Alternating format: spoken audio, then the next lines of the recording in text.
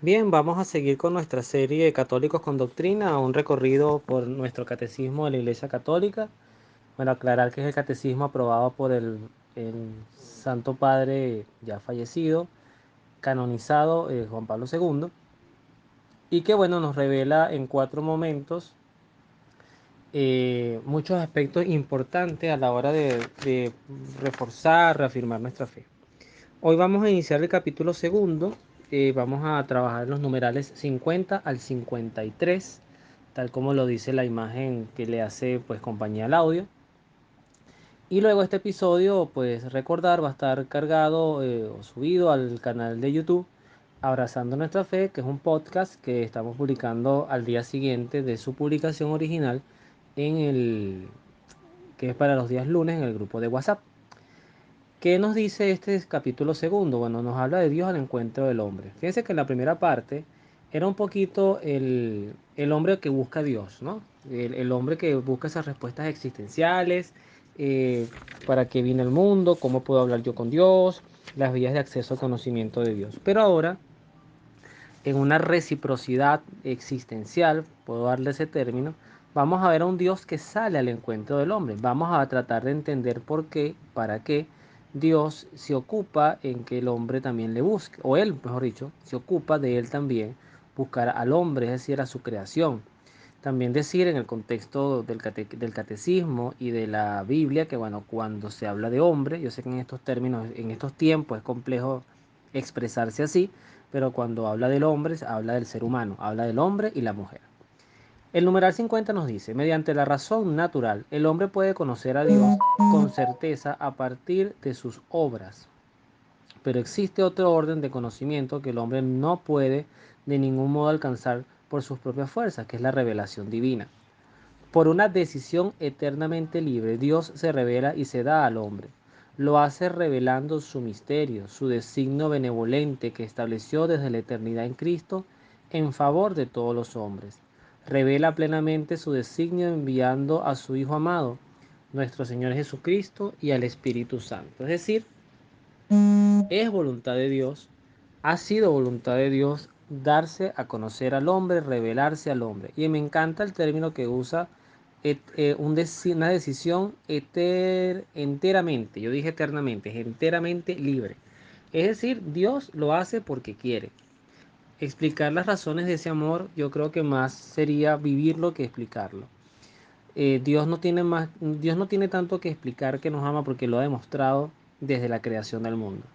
Tu sola existencia y la mía, y las cosas que tenemos, las bendiciones que nos rodean, que son muchísimas, sin duda son un reflejo de ese amor de Dios.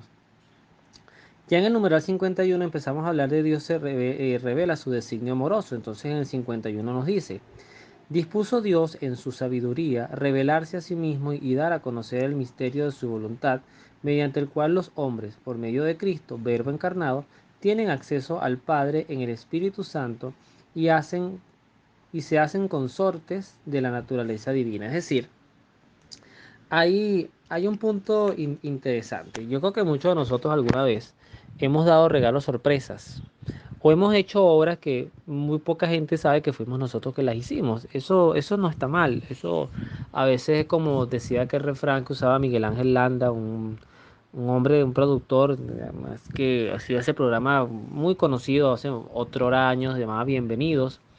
Y él decía una frase que tengo entendido, no, ahí sí me corregirán si estoy equivocado, pero tengo entendido que él la supo de su mamá, que decía, haz bien y no mires a quién. Entonces, Dios nos crea, pero no fue, o sea, Él quiso darse a conocer al hombre. Él quiso que el hombre conociera quién lo había creado. Por eso llama la atención como con el pasar de los años, de los siglos y de los milenios, la tendencia ha sido a ir quitando el espacio y reconocimiento a Dios en su obra. Yo he conocido personas en mi trabajo, en mis relaciones, que les pesa mucho el tema del no reconocimiento. Cónchale, eso lo hice yo y los favores se los llevó otro. Fíjense que Dios, desde un comienzo, Él crea al hombre y a la vez inmediatamente se relaciona con él. Uno pudiera decir, ¿por qué tengo que creer en Dios? Porque nuestros primeros padres, Adán y Eva, las primeras comunidades, los hijos de Adán y Eva, de Caín, de Set, de Abel. Bueno, Abel no llegó a tener hijos, perdón, porque Abel murió asesinado, pero Caín, Set, después Noé, etcétera. Todos esos, se supone, pues por la experiencia bíblica, fueron expandiendo todo lo que es la humanidad. Y todas esas personas llegaron a tener comunicación con este Dios revelado. El mismo Abraham es un ejemplo de ello muy, muy fiel. Entonces, si hay testimonios de un Dios que se relacionó y que hizo maravillas, nosotros no creemos. ¿Por qué? Porque no queremos creer, porque Dios no es conveniente, porque el Dios que se expresa allí pues es un Dios un poco exigente. eh, no sé, no sé cuál puede ser la razón que alguien que me escuche tenga esa duda de creer en Dios, porque sí hay personas que o no creen o prefieren no ocuparse en esos asuntos. Los agnósticos prefieren no estar pendientes de si Dios existe o no existe. En el 52 nos dice, Dios que habita en la luz inaccesible, quiere comunicar su propia vida divina a los hombres libremente creados por Él, para hacer de ellos, en su Hijo único, hijos adoptivos. Al revelarse a sí mismo, Dios quiere hacer a los hombres capaces de responderle, de conocerle y de amarle más allá de lo que ellos serán capaces por sus propias fuerzas. Un punto que voy a destacar de acá, no me voy a adelantar porque eso va a estar cuando veamos la vida sacramental, aunque quizás más adelante lo diga, es esto de que el hombre pueda llegar a ser hijo adoptivo, de que nosotros seamos hijos adoptivos de Dios. Pero eso también es una decisión libre. Eso no, me gusta como lo dice mi hijo que apenas tiene 7 años, pero él lo entendió muy claramente. Él decía, el que no está bautizado es criatura, el que se bautiza es hijo. Es una manera quizás muy simple de decirlo, pero por ahí van las cosas. A nosotros somos hijos de Dios por el bautismo, ¿no? Que también tiene todo un componente sacramental. Pero además de eso, además de eso no es que somos autómatas, no es que somos una suerte de mascotas de Dios o de máquinas de Dios, sino que somos seres libres, que tenemos capacidad de responder, conocer y amarle. Y todo eso dentro del marco de la libertad. Por eso es que Dios permite que sencillamente le sigan quienes le quieran seguir, le amen quienes le quieran amar. No obliga ni forza a nadie. Finalmente, para terminar este episodio, en el numeral 53 nos dice, el designio divino de la revelación se realiza a la vez mediante acciones y palabras, íntimamente ligadas entre sí y que se esclarecen mutuamente. Este designio comporta una pedagogía divina particular. Dios se comunica gradualmente al hombre, lo prepara por etapas para acoger la revelación sobrenatural que hace de sí mismo y que culminará en la persona y la misión del Verbo encarnado, Jesucristo. San Irineo de León habla en varias ocasiones de esta pedagogía divina bajo la imagen de un mutuo acostumbrarse entre Dios y el hombre.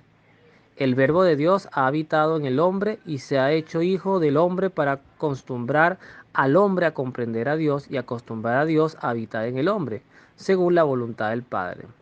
Ok, esta parafraseo que parece aquí un poco enredado, creo que al final también nos invita a yo lo voy a tratar de explicar así, porque yo también voy aprendiendo con esta serie. No crean que es que ya yo hice un curso de catecismo y voy ahora a dar lo que aprendí. No, yo también estoy caminando con quien pues tenga esa intención de acompañarme y no hacer esta experiencia solo, como lo estamos haciendo también en la Biblia, en la serie de los días miércoles.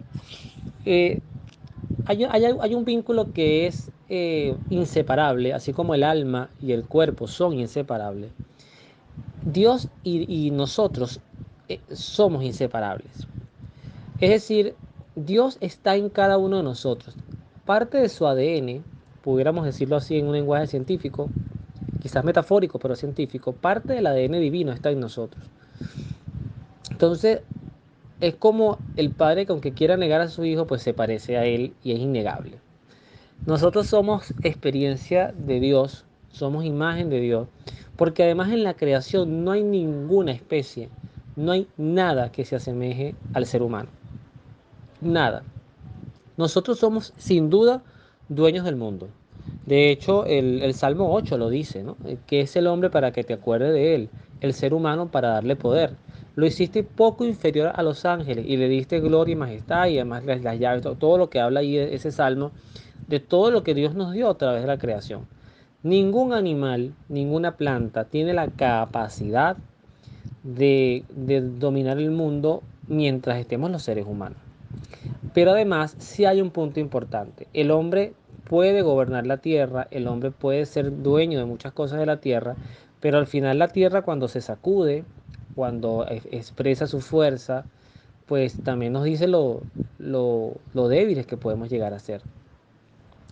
Por eso todo esto se trata de respetar, ¿no? El respeto mutuo. Nosotros no estamos para explotar la naturaleza, nosotros no estamos para abusar de las personas, nosotros no estamos para abusar de los recursos, sino que si lográramos vivir en armonía, quizás si no hubiese todo este tema, que ya es, bueno, eso sí es una verdadera utopía, pero si no hubiera todo este tema del dinero, del poder, de las tierras, de las propiedades, y no lo digo en un lenguaje comunista, por eso digo algo es muy complicado, pero si no hubiese nada de esto y el ser humano cohabitara el planeta con los animales y con las plantas, respetando y entendiendo que Dios hizo todo para todos, quizás sería mucho más amigable, mucho más digerible el vivir en este mundo.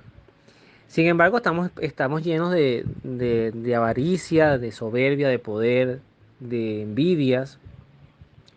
Y aunque veamos esto muy lejano y se lo atribuimos a los poderosos y a los que tienen dinero, políticos, la realidad es que todos tenemos una cuota de esa avaricia, de esas cosas que hacen el mundo quizás un lugar tan complicado. Por eso, la invitación, porque no todo es malo, es primero, el primer paso antes de mirar tan grande es aceptar y reconocer que Dios habita en nosotros. No que Dios está en nosotros como que nosotros fuésemos dioses. Cuidado con eso. No. Dios, persona externa a mí, creación, creador divino, con el Hijo y el Espíritu Santo. Estas tres personas son externas a mí, son superiores a mí, son mucho más que yo en sabiduría, en poder, y yo ni siquiera pretendo. Satanás sí lo intentó, Lucifer sí lo intentó, pero nosotros no estamos llamados a eso, ser como Él, sino es agradecer y disfrutar ese Dios que tenemos, porque además es un Dios bueno. Yo lo digo siempre, no es como los dioses de griegos, egipcios, que eran dioses pervertidos, guerreros, morbosos, además que peleaban entre ellos, era una cosa bien complicada. Este Dios no es así. Este Dios es, si no fuese así, el mundo sería un verdadero caos. Si el demonio fuese el Dios, bueno, el mundo sería un verdadero caos. Hay que agradecer al Dios que tenemos, que es eterno, es inmortal, es todopoderoso. Nada va a hacer que pase. No hay ni una pizca de posibilidad de que Dios sea derrotado absolutamente en nada. Su amor nunca estará en peligro para con nosotros. Y en esta vida finita, pues hagamos lo posible por disfrutarlo y acercarnos a Él. Bueno, que Dios los bendiga. Nos vemos en la oración.